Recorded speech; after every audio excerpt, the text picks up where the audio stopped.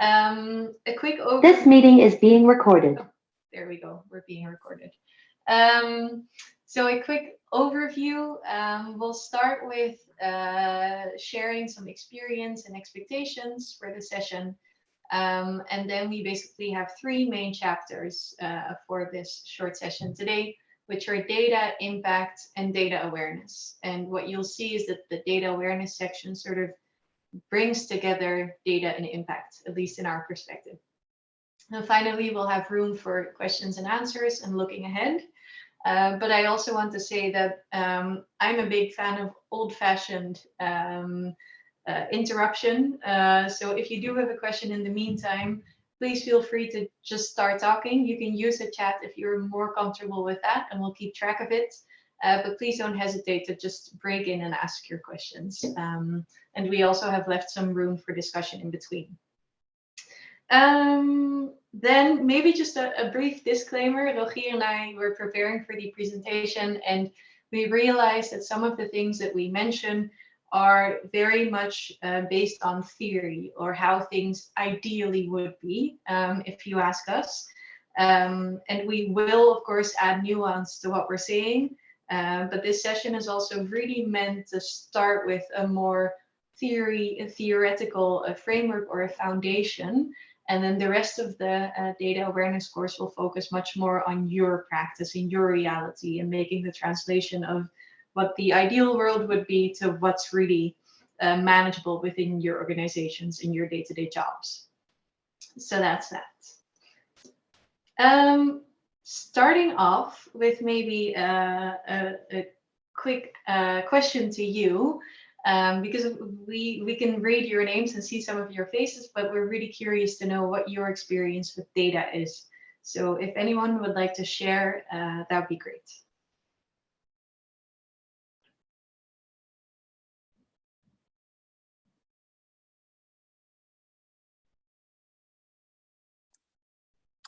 No. I can introduce something. Maybe somebody will be triggered by whatever I have to say. My experience with data, yesterday evening I watched the weather report. This afternoon I did some grocery shopping, which is great when you work from home, because all of a sudden you have all that spare time during lunch. And then during that time I used a shopping list. Already easy uses of data. Anyone else have experience using data like that? or are all of you completely off radar? That's a possibility too. Maybe I can add to that. I'm currently working on collecting indicator information for our annual report from the different programs we are involved in. Right, that's much more advanced already. And is that a big hurdle for you, can I ask, Wim? Or is it something you enjoy doing? I enjoy doing that, but I involved a number of colleagues as well. And what they have to do is they have to validate the data they receive from the different partners in the South. And every now and then they have their worries about data quality and the completeness of the data set. Yeah. So a lot of discussions involved. That sounds familiar. Some more fun than others. Great, thank you for sharing. And I see Anita has added that they're also busy at Spark with the 2021 annual reports. So they're getting their BVs, not sure what that means, to be honest, and results data for all programs and projects. What's the BVS or BVs? I'm not familiar with the term. It's just been added in the chat. Sorry, it's budget versus spend. Yes. Right. I've learned something new today. That's a great start. Great. Thank you for sharing. We'll just leave it at that. And the main point of this question is to get your attention to the way that you interact with data. And that can be very exciting or very intimidating.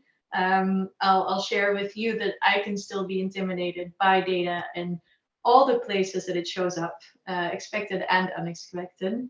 But the more you think about the fun sides and the more aware you are of what you can do to sort of protect yourself against the risks, the more fun the whole thing gets. So we'll hope to focus on that for a bit as well. Then about today and about the rest of this series. One promise, what we won't be doing is to pretend that data can fix everything. Big data can be great, but big data isn't a goal in itself. It's a means to an end, and it really only makes sense to use data if it's helping you in reaching or achieving the impact that you're hoping to create. So we will not be working with data for the sake of working with data. And what we also won't be doing is becoming data experts. So there's really no need for all of us to become experts and to know everything there is to know about data. This course is really meant to give you a bit of awareness. And Rogier and I and the rest of our organization believe that if everyone in the organization could just be a little bit data aware, and then you might have one or two experts who can do the actual job or keep improving the knowledge that you have within the organization, then you're already far ahead.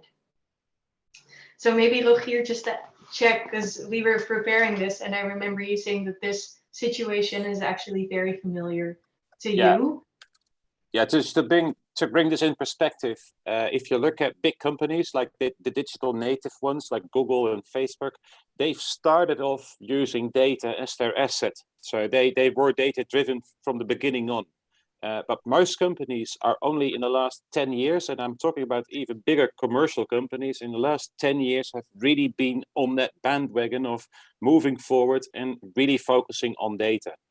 And actually, the first thing they usually do, which is great for us because that means more work for us, is that they focus on collecting more data. And I just want to clarify this whole journey that we are on as this start presentation is meant to be, is that we do not want to focus on that because more data is just more problems. We need to think about why are we collecting data and what do we want to be doing with that data before we start collecting.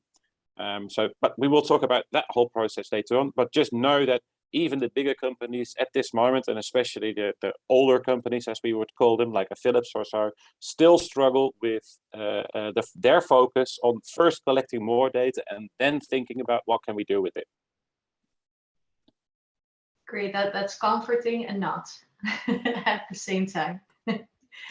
So what we will do is learn to think like a data expert. So as I said, it would be great if all of us could just have a little bit of data awareness in whatever job it is that we might be doing, so that we're aware of the risks and the opportunities that data brings to our lives and our organizations, and really learn to think from a data point of view. So this is also what we wrote in the introduction, is to just whatever you're doing or whatever part of a project you're working on, if you can just take a data point of view into practice and learn to work with data more easily and more constantly and not have it be this huge hurdle that you have to take, then that really will benefit your own job and your organization, we think. And that also means that you have a message to spread, hopefully, within your organizations, because we really think it shouldn't just stay with you and you taking this course, but hopefully you'll be able to take others along in your enthusiasm. So what that trajectory will look like in general is, as said, there will be 6 sessions in total, of which today is the first. And we will take along a group of whoever of you might be interested and move along this trajectory, starting with a session focused on data strategies in April, and then looking at using data to map the ecosystem in June. We will be looking at defining impact for digital innovation, sort of around the same time as the Innovation Festival. So we'll be able to make a fun little exercise out of that. In November, we'll look at responsible data. And finally, well, we wouldn't be doing a data awareness series if we didn't also do a proper evaluation and gather some data and information about what you may or may not have learned. So that's what the series will look like. Then let's start with data, our favorite topic of the day. So what is data? There's a definition in the Cambridge Dictionary that you can all read on your screens. And what's interesting about this is that it immediately mentions information, facts, and numbers. And Rogier and I had an interesting talk preparing this, but we've had it before. Because the Dutch language has a word, a synonym for data, and you may know it, it's gegevens. And that really carries an entirely different load than the English definition of data does. And maybe Rogier, you can just briefly mention what you think is so important about making a distinction between data and information.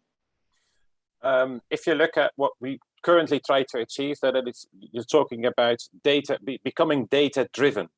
If you really dig down into what data driven means, it is actually automating small choices, because being data driven means that all decisions that you want to be making are being based on data. And if you do that 100%, you actually don't need humans anymore, because you have then a computer or an algorithm making that choice for you, which is perfect, because that's actually what you want to be doing. If you compare this to a website and you want to be giving some advertisement to a potential consumer, then you want to have a computer making that choice for what the perfect advertisement for that specific person would be. There is no human who could calculate that so quickly and also present it on a website. That is what data-driven means. So that means all decisions, 100%, are being made by a computer in this case. What we're actually searching for in most cases is being information-driven. You want to gather information, gather data to support your decision. You want to be thinking about things that you really need to make the best choice possible and create the best, most value-driven decision that you want to be doing. So it is nice and good to really feel that there is a distinction. You do not want to become data-driven, especially not if the subject itself is not really a data-driven proposition. And a data-driven proposition, again, what I try to say with that is it needs to be fast, it needs to be immediate. And if that's not the case, then you're actually always looking for information-driven solutions. Yep. So Wim, you've hit bullseye. I think Wim mentioned in the chat data-informed decision-making rather than data-driven, and that's exactly what we preach, so to say, in most cases. Not in all, but generally speaking, there's a lot more to be said in favor of being data-informed. And then there's also the distinction, of course, to be made between data and information, and that's maybe just this important thing to mention here as well. Not all data is information, and not all data is facts. So the data tends to carry this this load or this idea that everything that's in data is true. Everything that's in data is factual and objective, and it's automatically considered information. But there's a certain translation to be made before that can happen. And that means that you can only really get information from data if you have a clear question, if you know what you're doing, have a good reason to be looking into it, and if the data is of high quality, for example. So there are a lot of factors to consider there. And then thinking about whether or not it might be factual and objective really depends on the way in which that translation is done. So that's also something to consider. Us humans, and I think by now we unfortunately have a lot of examples of data being used in a way that's really not beneficial and strongly biased in its translation into information. That's really not helping us. So the way in which you interpret data depends on the way that you look at the data and the questions you're asking. So you're always going to be biased. And in that way, can data really ever be objective? I'm not sure.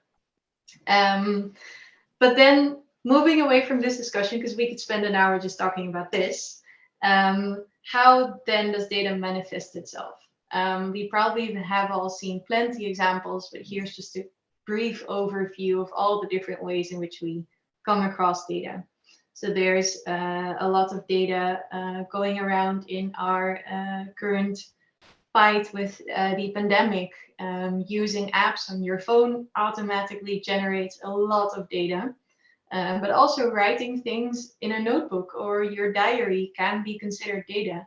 It is something that you're documenting somewhere. And that doesn't mean it's automatically interesting or it carries a lot of information. It's just being documented, and so it is data. Same goes to for weather information, as Rogier already mentioned, or every search query that you put into Google.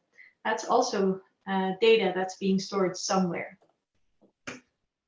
So we put it really simply, what used to be libraries are slowly but surely turning into data centers around the world, which may be a much more efficient way of storing information in terms of space. But there's also much to be said about that. This is what we're slowly but surely transferring to. Then there are different types of data, many different types. And I'm going to show you this not with the goal to make sure that you all remember this. It's just to make sure that we all share a same idea of the different ways in which we can capture the data that, for example, shows we saw in the previous slide. So to start off, there's two different distinctions that you may have heard about. We can talk in the data world of primary and secondary data, where primary data is something that we would collect ourselves. So if you're doing a program evaluation, as Wim said he was doing, then he might be using surveys and questionnaires to gather information, to gather data. That would be considered primary data. And then there's secondary data that's been collected by someone else for some other purpose. So if, for example, I would use our National Bureau of Statistics data, the CBS, then that's already been collected and I could potentially get a lot of interesting information from it for a project I'm doing, but that would be considered secondary. Then there are two big branches. On the one hand, there's numerical, difficult word to say for Dutch, or quantitative data. And on the other hand, there's categorical or qualitative data. And the most simple way to distinguish them is that one is about numbers and measurement and the other about descriptions. And then there's another difference between them, because we can measure numbers in a very isolated way. So for example, in drops of water, but sometimes numbers or measurements turn into flows. As you see here, a running tap makes it kind of hard to count how many drops of water are still in there. So that becomes discrete and continuous data. So other examples of discrete data could be number of attempts, number of mentions of your Facebook account, or number of people that you've included in a program. And continuous would be something that you can't count in instances. So that would become 10.1 kilometers or 150 grams. There are things that are hard to really cut down to one single grain or one single drop. On the other hand, we have descriptions, and nominal descriptions, nominal data, is about categories that really can be put into any order. So you can have colors or gender or location, where there's really no hierarchy or ranking that you can do based on those categories. And the opposite goes for ordinal data. The word already mentions order. So there's a logical order within this data. So that can be a shade from dark to lighter, or small, medium, and large, or spicy, spicier, and spiciest. These are all things that you could rank in a certain way, so that an order exists. So these are our types. If I'm going too fast, because I do have a tendency to do so, do feel free to stop me or ask any questions in the meantime. Before we move on, based on what you've seen and heard until now, I was wondering if you can imagine, or maybe you already knew lots of them, any data risks and opportunities in your own lives or in your organizations. Is there anything that you'd like to share?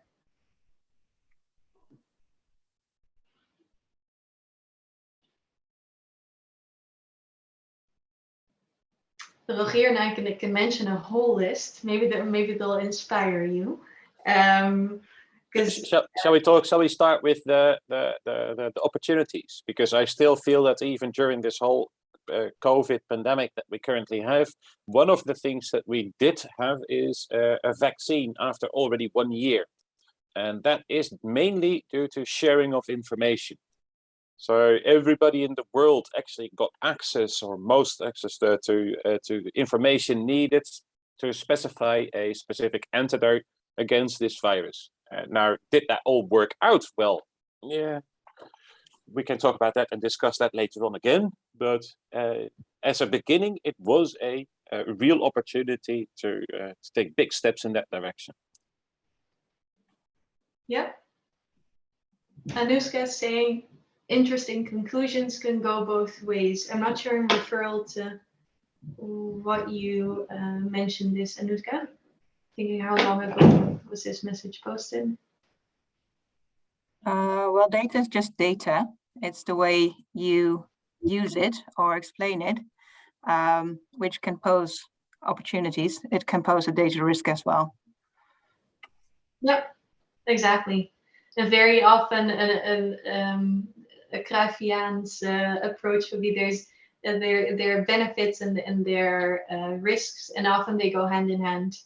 Every downside has its upside. Very well. Maybe one specific opportunity I'd like to mention is our ability to make decisions based on information, and maybe a mix of information and gut feeling, because I wouldn't argue that gut feelings are always wrong, but we're able to balance it out a bit more. So we don't just rely on a feeling that we might have, but we can collect more data and information to support our decisions. And a risk that I, well, also through my role in our Data Hub Foundation, one that I'm very much focused on is the risk of people being left behind in society if not everyone has an equal opportunity to become digitally literate.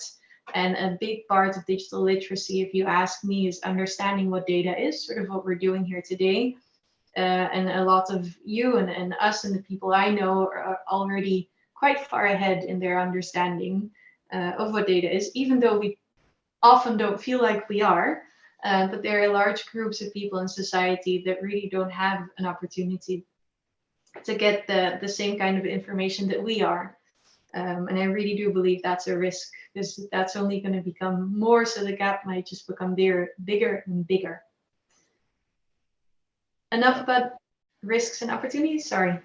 Yeah, I just wanted to add another one big risk, which is actually very easy, is getting hacked. It can be done quite easily, as we've just seen, because I think in the last few months, the percentage of being at home and trying to get hacked on the way that you connect to your company is actually increased by almost 700%. So that means that because we are working more at home, people are already trying to set up a disruption between the connection that we try to make from home to our company infrastructure. And these type of risks, it's The benefit is that we can work from home. And the risk is that we work from home. It is very contradictory in that regard. Yep. Yep. One more contradiction. Exactly. Yep. All right. Moving on to working with data. So now that we've looked at what data is and the different ways it can manifest itself, both good and bad, let's look at what working with data looks like. And my favorite comparison is working with data is just like cooking. Because essentially, in cooking, there are a lot of similarities. We always start with a goal, something we want to make. Let's say for now it's a chocolate cake. Before we start making it, we look at the ingredients that we need, because you want to make sure that you have everything before you start working and realize you forgot baking soda, because no one wants to go back to the supermarket to get it. Then we collect, clean, weigh, and cut, if need be, the ingredients. We prepare them so that we can start processing them and turn them into a batter. We combine them, we whisk them as long as we need to. Maybe leave it be for a bit if it needs to rise in case of the bread. And then we have our batter. That's about when our job's done for a bit. We can take a break. We put the oven to work. And finally, we don't just want to put it on the table in the baking tin, but we glaze it. We put a nice bit of decoration on it, and we cut it into pieces that we think our guests will be able to eat. And working with data is pretty much the same. So it's quite simple, isn't it? We set a goal. Let's take the example here. So say I want to know what the effect of a cash transfer program was on vegetable consumption among recipient households after 3 years. It's a bit more complicated than making a cake, maybe. So there we go.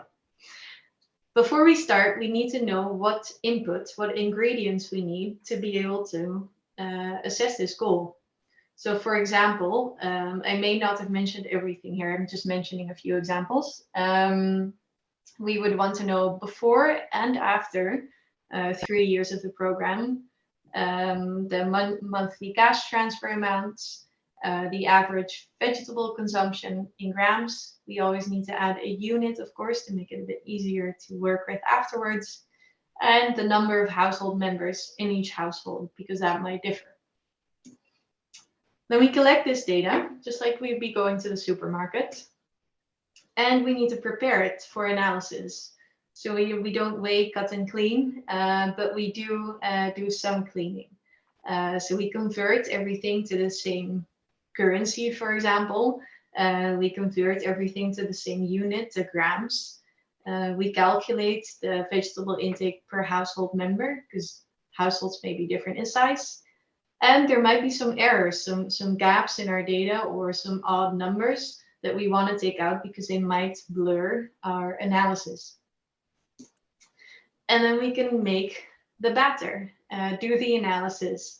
So in a quite simple example, you would calculate the difference between the vegetable intake before and after the program, and then move to the average difference for each cash transfer amount. Say you would have one voucher of 50 euros a month, one of 100.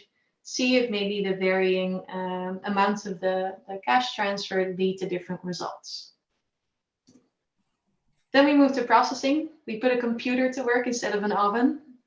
And finally, we want to present our results in beautiful graphs and visualizations such as this one. And of course, there's a bit of storytelling to be done, because a graph in itself may not be enough. You do want a bit of explanation. I'm going to quickly check the chat. Oh, sure, that's no problem. Good luck, and thank you for joining. And there's, of course, a lot more nuance to this, but for the simplicity, we'll just leave it at this for now. Then who's involved in working with data? Because cooking may be something you can do on your own. Working with data is usually easier to do in a team.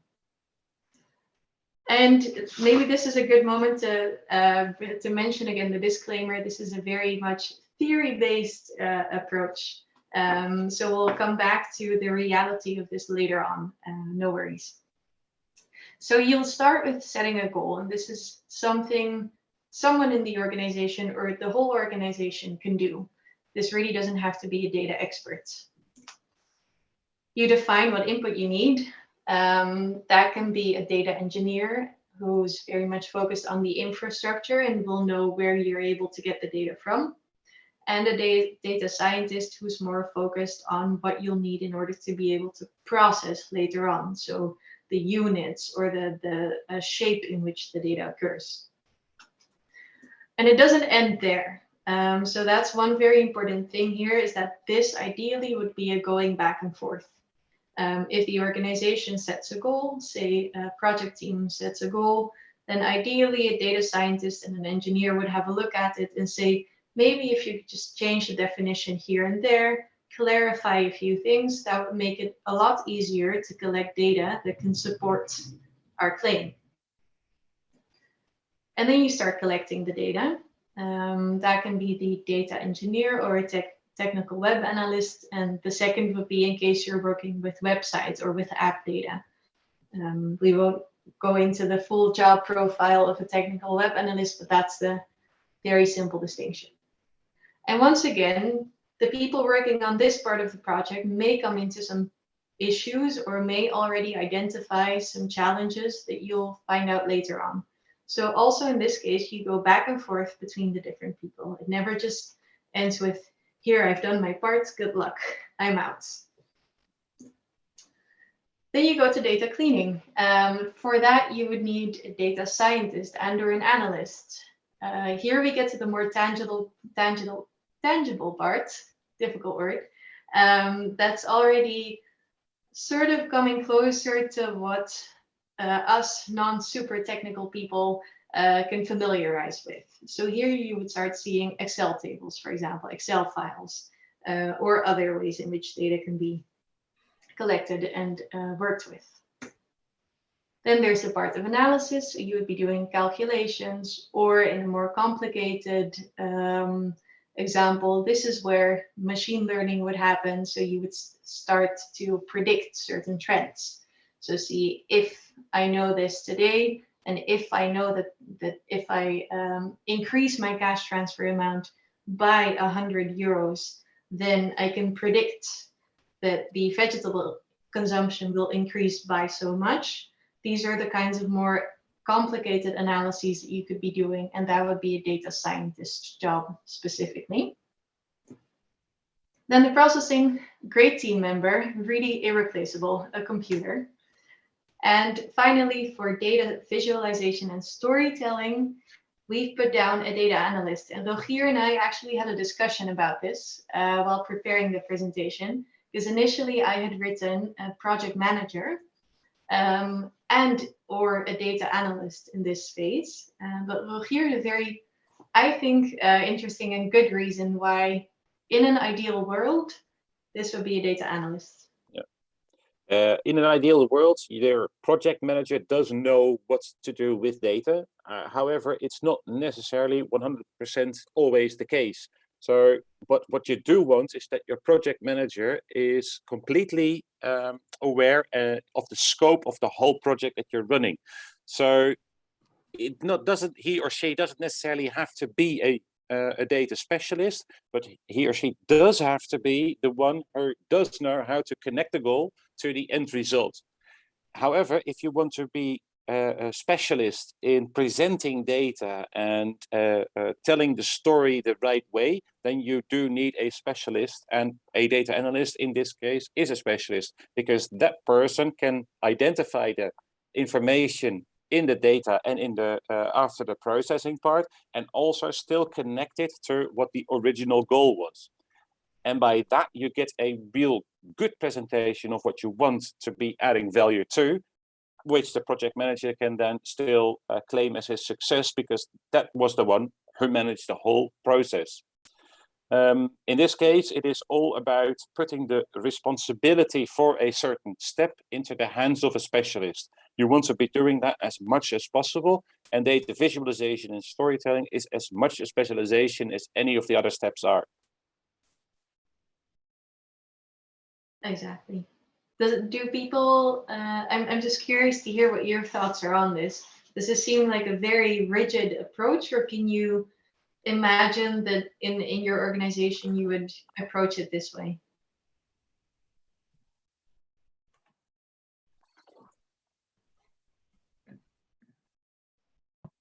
Well, I think it's interesting, and maybe you can say a little bit more about why you put sort of the only feedback loop you have here is between the goal and defining the inputs. But I would like, I mean, it's much more of a feedback loop all the way through. I mean, you know, for data analysis, you also need to go back to your data quality and checking if it's still in line with the goal. I think the story for data visualization makes sense to do it more by an expert.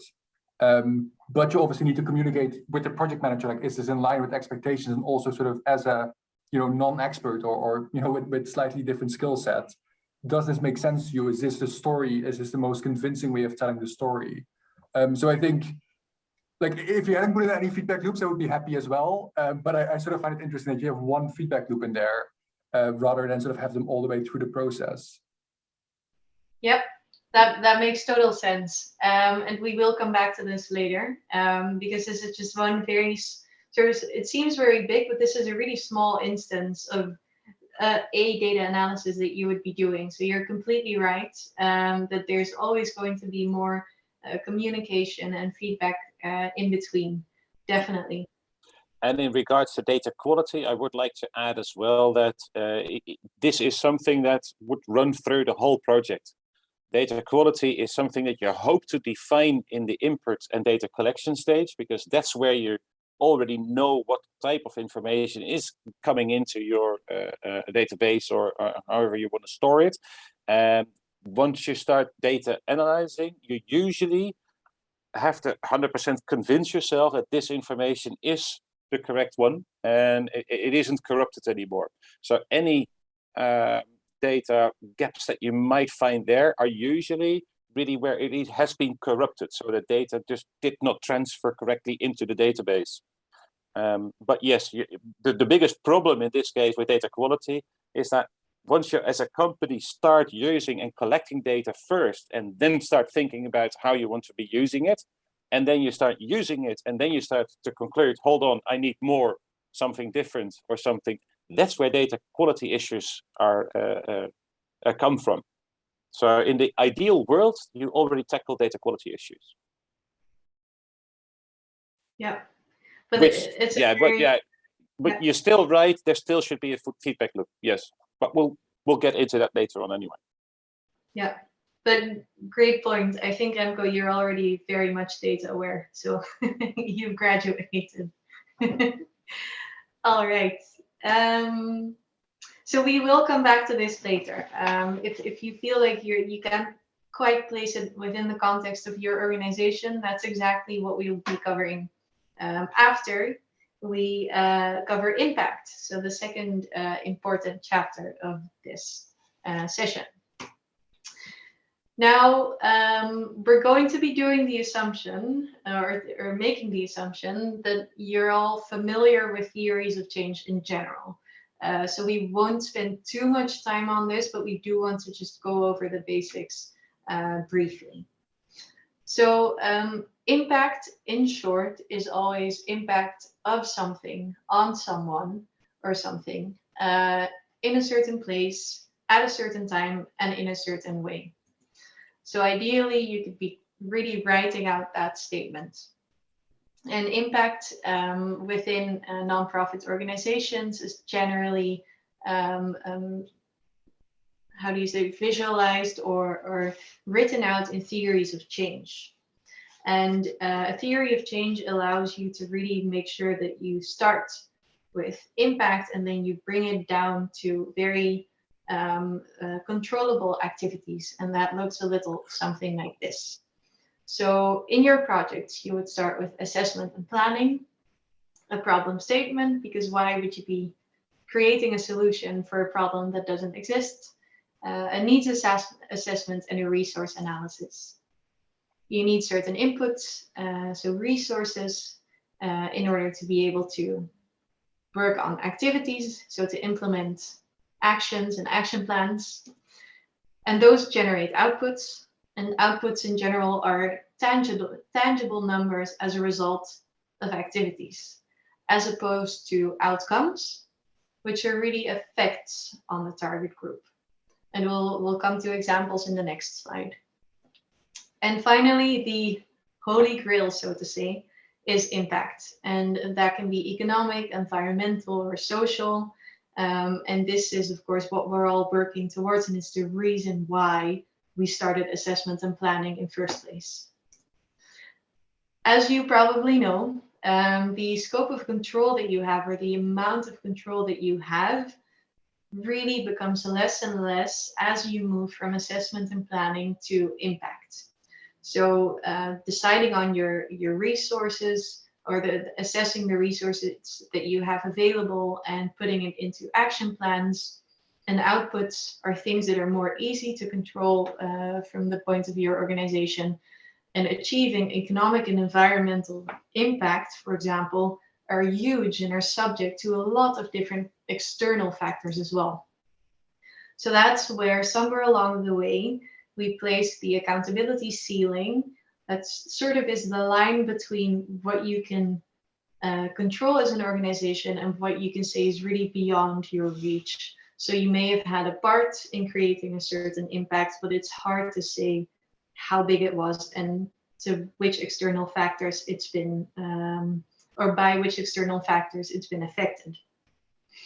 And that line, the accountability ceiling, isn't fixed. It may shift as a result of opportunities and limits that you have as an organization. So having more or less budget, for example, can shift the line up and down towards impact or away from it. And of course, beware of assumptions. I don't think that we need to mention this explicitly, but I couldn't make this slide without putting it there. There are assumptions along the way that need to be taken into account. Now let's make the connection to data. So in the assessment and planning phase, for example, if we were looking at the program and the impact we've been mentioning before, so a cash transfer program looking to increase vegetable intake, then during assessment and planning, we might want to know the number of overweight teenagers in a certain area and the number of dietitians per 1,000 inhabitants.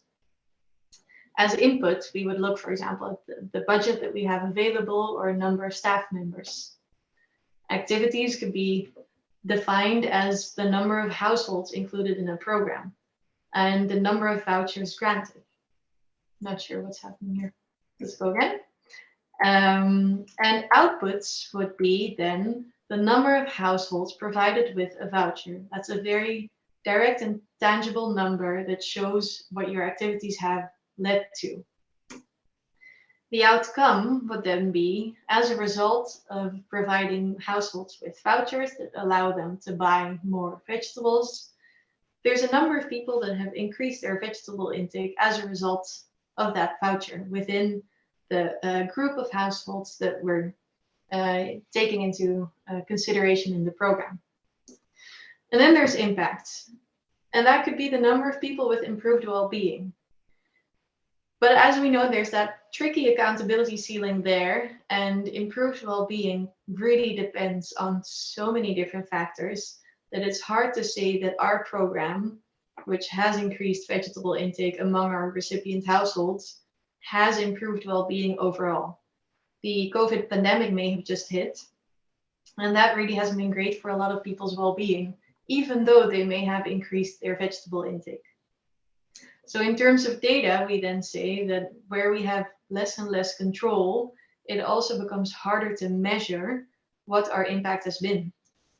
And we call this, we refer to this in data as the attribution challenge.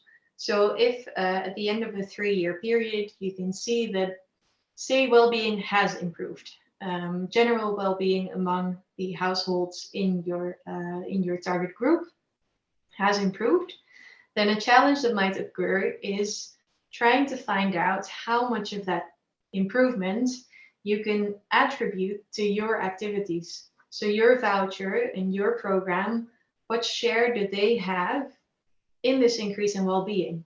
That's a really big challenge. And ideally, all these households would do a survey and tell you, my well-being has increased as a result of this voucher.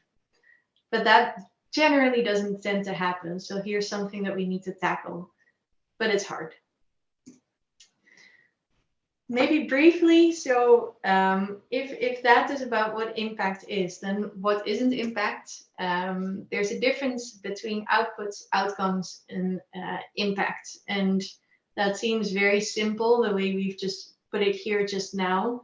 But we know that in the reality of running projects, these lines can easily become blurry. So is that something you experience in your organizations as well? Is it something we need to pay more attention to, or are you all clear on this? If I may, what I think is that impact is never that linear. So it's very hard for any of our organizations to say, okay, this impact was the result of this intervention. And the more blurry is that contribution to the impact, the most difficult is for our organizations to attribute something to the impact. Impact is something that you always contribute to, but you cannot attribute to your organization the impact, because of course it always has multiple things that have influenced that, negatively or positively. Yeah.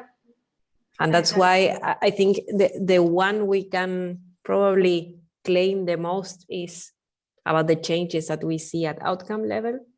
And that's why, and it's because an attribution issue, I think. That's why the line between outcomes and impacts become a bit blurry for many organizations, or we struggle with that because it's the only things that we can really claim. Yeah. And sometimes not even, sometimes outcomes can be influenced by other things, but at least we do see a more direct link between what we do and those impact and those outcomes. So exactly. And I think it's really, you're right in what you're saying. And I also think it shouldn't be a goal to really get rid of the accountability ceiling. I think that's a waste of time and effort, really. So I think you're completely right in focusing on the outcomes as much as you can, because that's what's really tangible. And then try to see within the capacity of your organization and maybe a project, if you can do anything beyond that. Yeah, it's my feeling is that, well, when you start working more and more with data, project managers, I'm talking from the PMEL perspective, project managers become more afraid to claim any impact or to even track impact, because they say, okay, this is very little that we contribute to, or we can claim really. So as more as you become more aware about data, you become also more hesitant to keep track, not to keep track, but to mention that impact, because it's very little your contribution there. On the other hand, sometimes I'm afraid that we are losing track of this impact and we are not really analyzing how much the outcomes we are generating are really leading to the impact, because those are always assumptions that we make, right? So if you lose sight of those impacts you are looking for, then I can give you a very simple example. We work supporting farmers around the world, and we support the changes of practices, and the assumption there is that the change in their practices will lead them to have a better production or more productivity, and that will give them better income, and that will lead to improve their households. And yet that is based on many assumptions, and sometimes the implementation of good practices doesn't lead to a better income because, I don't know, the international price drop. And the better, even if it reaches the better income, if the producer goes and spend everything in a bar, then the household is not improved really, and it may create more, I mean, more money may create more conflict also in a community. So all these things are based on assumptions, and we cannot lose track of that. You're completely right. It's incredibly complex. And it's a great example of it as well. Others are also mentioning in the chat, for example, in a lobby, in an advocacy point of view, it might be even more tricky, or changing attitude is really hard to capture. Clients or sponsors may want to know impact and not outcomes. How do we deal with that? And where's the fine line there? If you do want to be proper and report on things that you really know that people are asking for impact, how do you go from there? Anushka saying there could also be a government campaign to increase vegetable intake, which is very large, and the voucher might then also have just been a drop in a bucket of water. Exactly, that's the contribution or the attribution challenge. And Peter's summing it up really well. So the real data challenge is the link between outcomes and impact. And that's exactly where we're going next. So that's a great link. And there's also, Peter's referring to a UNDP URL that might be interesting. It's in the chat. So moving on, we won't take too much time to discuss the second point, because I think from what you're saying, there's a bigger challenge in the outcomes versus impact difference. So why then is impact so hard to measure? It's sort of a balancing game. On the one hand, you want your goals to be smart. I think we're all familiar with specific, measurable, achievable, relevant, and time-bound setting of goals. We know that by now. But on the other hand, we have donors asking for social impact. And we also quite like to think that's the reason why we're doing what we're doing, is because we want to achieve something big and we want to reach social impact. And it's complex, as Mariana was already saying. It's really hard to measure it, and it's not linear very often, and subject to many external factors. To give an example, we've been using the very rigid, beautiful on paper idea of wanting to know the effect of a program on vegetable consumption among recipient households after 3 years. But on the other hand, we have our organizations, such as the World Health Organization, for example, working towards health and a better future for all. Imagine trying to translate that into something that you can measure in a smart way. There's quite a lot of steps to take between this impact statement and all the way down to your activities to be able to really capture what you're doing to support that mission. Yeah, and in addition to that, even when you know this, then still you could be wrong, because if there's nothing other, no other stuff being consumed, then you would assume that just by the fact that everybody is eating vegetables because of our impact, that everybody would be healthier. But what we don't know is that they might be frying that vegetable bunch, and that and then still we're not making the right impact. It is always hard, this. Yeah, that's a great addition. I remember you mentioning this when we were preparing. I thought I was on the right track and I was really capturing something, but then you brought in the fryer. Yep, exactly. So is there a fix? Data awareness might be part of it. We're not going to claim that it is the silver bullet and it's going to fix everything, but it might bring us a little closer to measuring impact. And that starts with the planning, monitoring, evaluation, and learning cycle. And this, another assumption I'm going to be making is that this probably isn't new to you. So there, in every project that you work on, you start with the planning phase. So the activities the problem statement, a needs assessment, and looking at the activities that you need, etc. Then you monitor throughout the project the progress that you're making towards achieving the goals that you set in the planning phase.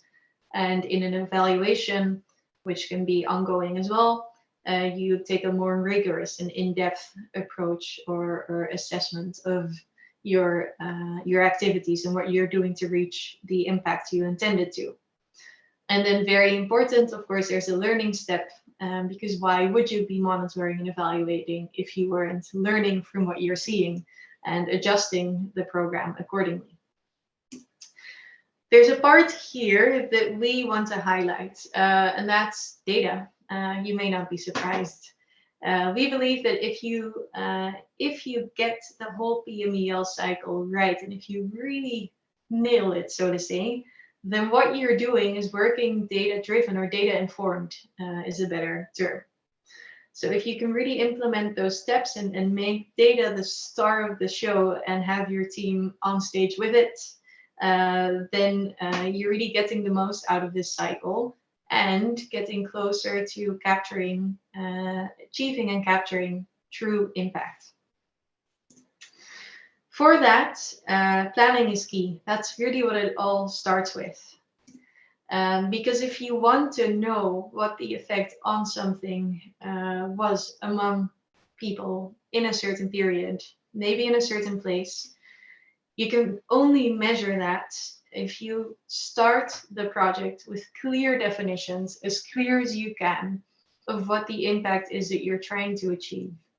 And define your activities well. And that's why earlier we said setting the goal and defining what data you need is really a going back and forth between program specialists and data specialists. So in defining your activities, really think about how you would end up measuring whether or not they have been successful. And of course, measuring impact is impossible without a baseline measurement. So in the planning phase, you absolutely need to measure what the current state is of the field that you're working on, or the vegetable consumption among the target group that you're working with. So in short, be aware of the data implications of proposals and plans that you're writing. The monitoring and evaluation paragraph should never be isolated to just a paragraph in a proposal. It's really part of everything that you're doing and planning and writing down, ideally.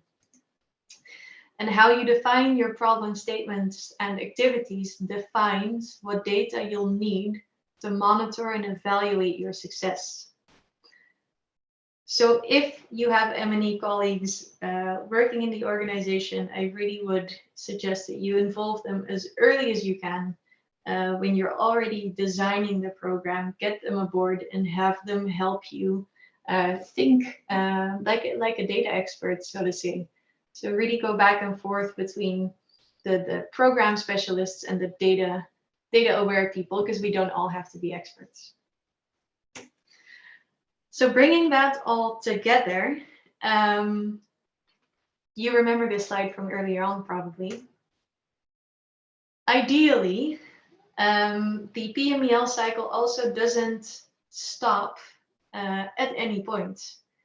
So if you want to work data aware, this is really, I'm looking at this image and it's really messing with my eyes. But if you really want to get it right and make that PMEL cycle your way of becoming more data aware and really gaining the benefits from working with it, then it really needs to be an ongoing thing, and you don't plan and then monitor and then evaluate and then learn. You constantly plan and monitor and evaluate and learn. Because if you're always thinking from a data point of view, and we'll be talking much more about this, then you're always keeping in mind the progress that you're making, possible adjustments that you may be able to make throughout the program, and learn from that, and then maybe take a next step and monitor how that's going and learn from that. So it really never ends. And that also goes for the team, and this was very well mentioned already earlier. I can't see you on the screen anymore, but Remco mentioned from earlier on that this process or the team that we've sketched here is really never as rigid or as separate as it looks in this sketch. So there's really a part in every step that you take that requires data awareness. That never ends, and it shouldn't end. So whereas there's data awareness needed in every step of PMEL, there's also PMEL needed in every step of the data working cycle. So they go hand in hand. I'm thinking, Rogier, did you want to add anything to this? No? No, I don't think so. No, you were pretty clear on that. So Great. Maybe one more thing to add, because this is, I think it's very important. This may look like it's going to slow your projects down incredibly. And I want to say, trust us, it doesn't have to. If there's any team of people that wouldn't be doing this if it would slow you down, it's Digital Powered's team, because our motto is from data to action, and we want to get there as quick as we can without compromising quality, of course. But if you get it right, it doesn't have to slow you down, but it becomes more of an asset and less of a hurdle. I'm seeing a comment in the chat. In my humble opinion, I think the work on the ground goes from left to right, but your thinking should go from right to left. Start with right in the theory of change. Peter, I think you're completely right. When I opened the slides and I had the animations in, I realized it should have been the other way around. Yeah, it's a great point. Right. So it really doesn't have to slow you down, and it also doesn't mean that you need an entire data department set up to be able to do this. That's also an important point here. I think, as we mentioned before, it takes a data-aware team and one or a pair or a few data specialists, depending on the size of your organization, to get the work done and to keep updating your knowledge as an organization. So to sum up, measuring impact, or getting as close to measuring impact as you can, starts in the assessment and planning phase. That's where you set definitions, define what you'll be doing, define what you'll be needing to measure the effect of what you've done, as much as you can, taking into account external factors. That really all starts in the planning phase. Then it requires constant data awareness, so the PMEL cycle constantly rotating and continuing as you go along. Maybe at some point without you even noticing, but it just happens because everyone's working with a data awareness in mind. Then you get there. And then the accountability ceiling will never disappear. We won't be arguing that that's the case. But things that now seem really hard to measure will become easier. And that's not because the complexity of social impact is going to change. It's because you're better prepared for the complexity that you may be facing later on. So you'll be able to focus more on the things that you can measure, and you'll be less, let's hope, bothered at a later stage by things that you then realize you're not able to measure. And that's what we hope to achieve also with the rest of this series, to get us to that point. So within the capacity and the reality of your organizations, to get closer to that point. How do we get there? It starts with the data strategy. And this is a tip of the iceberg for next week, or not next week. I hope it was next week, but it's in April. So that's where we'll be starting to look at the practice of data awareness. So how do you get your organization to that point? And it's really not just about you as an individual, it's about your team and your organization and what everyone's doing together. So that's to be continued. That, as said, will be on April 14th. And Gigi will probably remind us of where and when and how to sign up. But for now, I want to ask Rogier maybe first if he wants to add anything or clarify anything that maybe I haven't been clear enough about. I don't think so, actually. If we do have time, I would like to maybe revisit the chat, but let's first ask everybody what they have learned. And maybe they disagree that I've been clear. Maybe Yep. there are need clarification.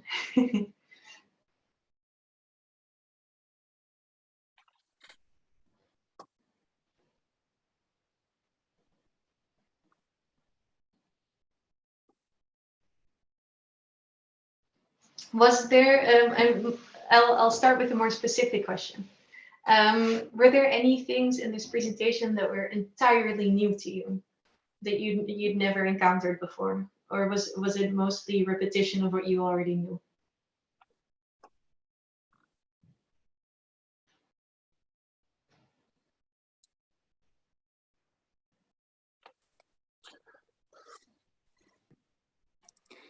Well, Marike, maybe I can say a bit on this.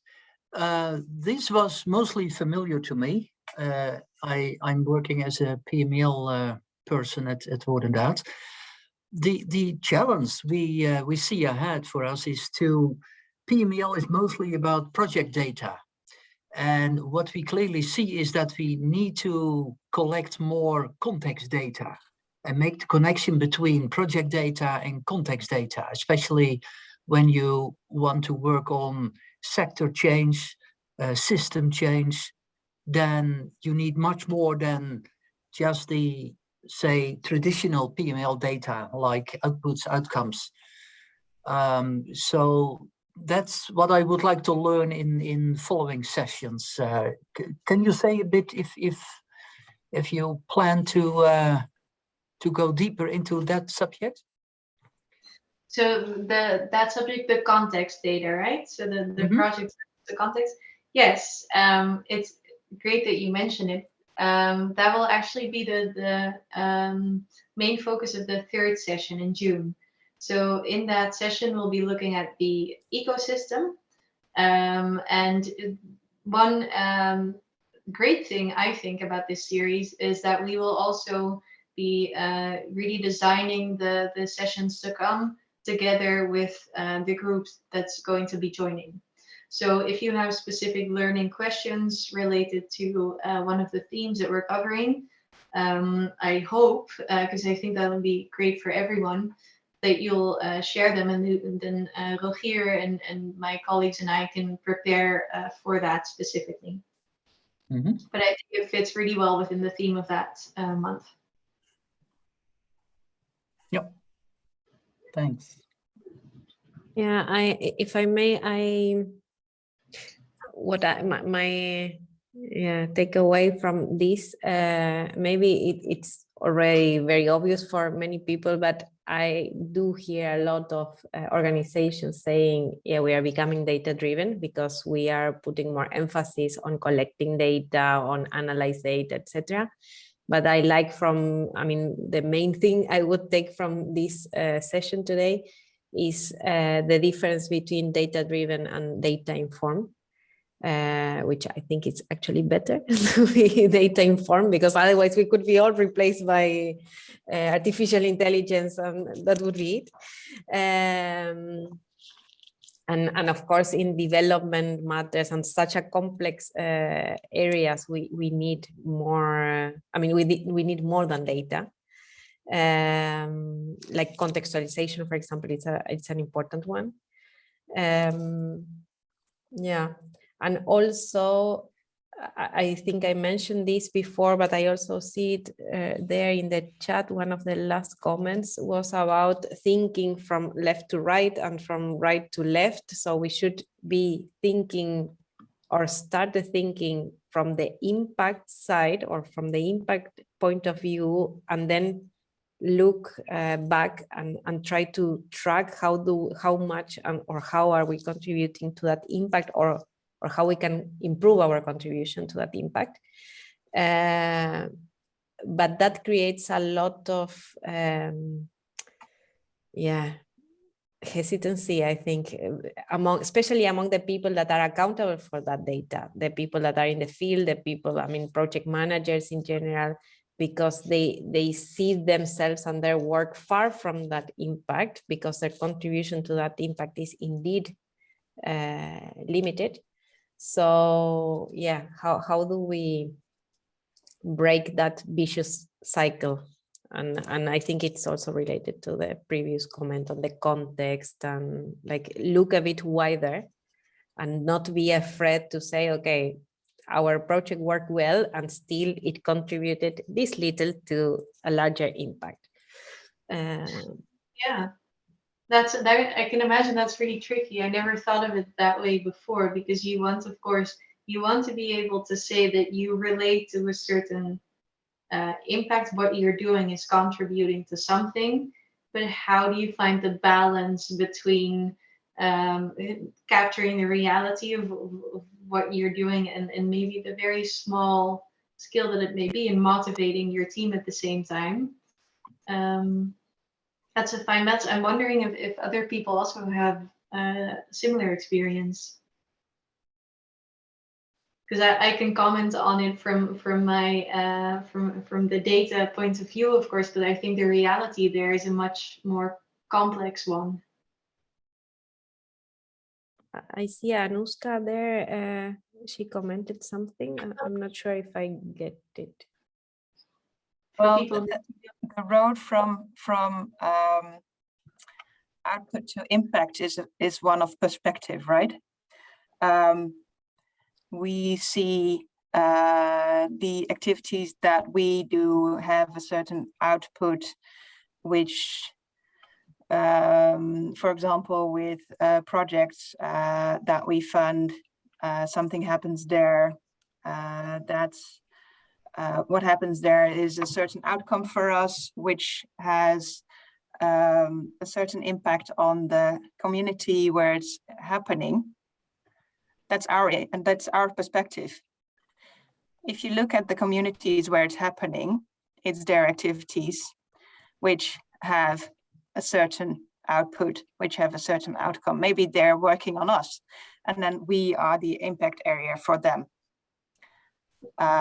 So this road from looking from output to impact, it's quite linear, and the question is whether it is so linear, and whether we should look at it so linear and in a way kind of like top down, instead of that it's equally.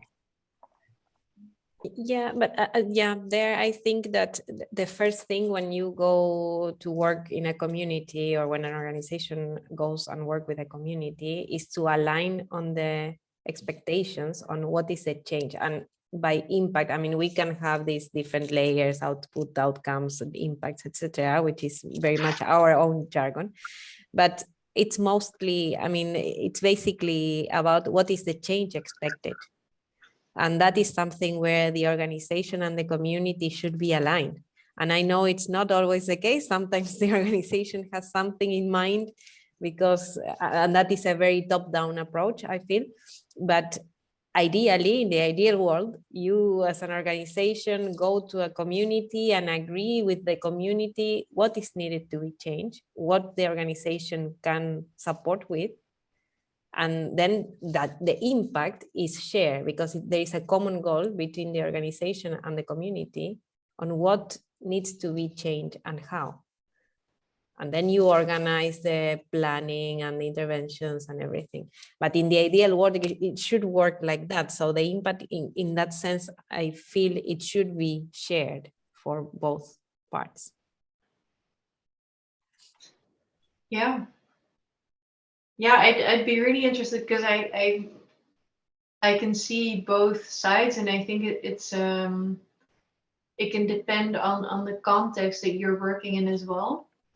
But I'd be really curious also to explore in the rest of the course how you balance it out, because it might very well be that the impact, in a way, if you bring it down to the community, that it becomes a lot more tangible than it would be if you run a really large scale program such as the ones that we've been using in the examples.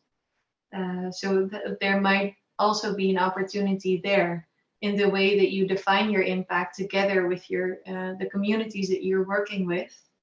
That may also be one way of bringing that accountability ceiling slightly down within your theory of change. Or up, actually. You're moving the ceiling up. You'd be moving the line down and the ceiling up.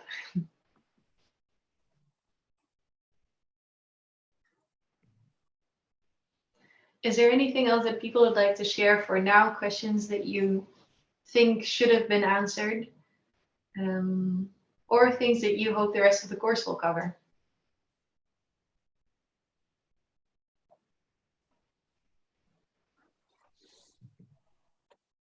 Well, and on that note, I think it is time to say our goodbyes.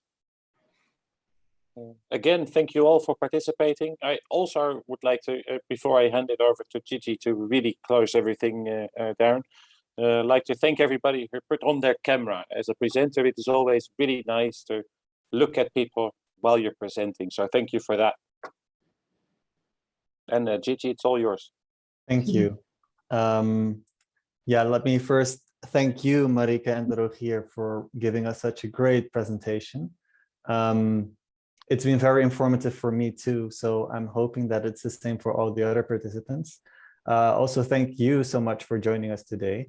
I am very much looking forward to the continuation of this series. As mentioned before, it's open for registration. If you're interested, drop me an email. The registration is already open now on our website as well. And we would really like to learn from you what is basically on your learning trajectory. How would you like to apply data more strongly in your day-to-day work? And I think we did mention a couple of interesting insights today. What I like specifically is that it was not only focusing strictly on data, but it's also connected and contextualized to basically a broader aim that we have, linking also to what it means to be very inclusive in the way that we set up our learning, project monitoring and evaluation courses. How do we design together what our ultimate goals and outcomes and impact is? So I really like that this conversation is already getting a lot of depth in just this first round. So thank you for that. Very, very inspiring. I'll wrap it up now. I just wanted to say, again, if you would like to be more actively involved and engaged in all of the activities that we're planning to organize, here's an open invitation to just reach out. We have the space, so that means that if you have any interesting initiatives related to data and digitalization, but also PMEL, reach out to me, because there is a space where we can co-create things together. Can be a presentation, it can be something more interactive. Know that that's an opportunity. We also have the Media Hub, where it's possible to reproduce or reshare content that you have, interesting initiatives. Also have a look at that. And in case if you haven't done so, you can also subscribe to our newsletter to stay informed about what is happening within the Partus Innovation Hub. Last but not least, if you want to join the community of practice on data and digitalization, you can also reach out to me. And we're looking to organize more sessions together. That will happen in the course of this year. So thank you. And if you would like to stick around for any specific questions, I'm still here. And otherwise, have a lovely afternoon and hope to see you next time.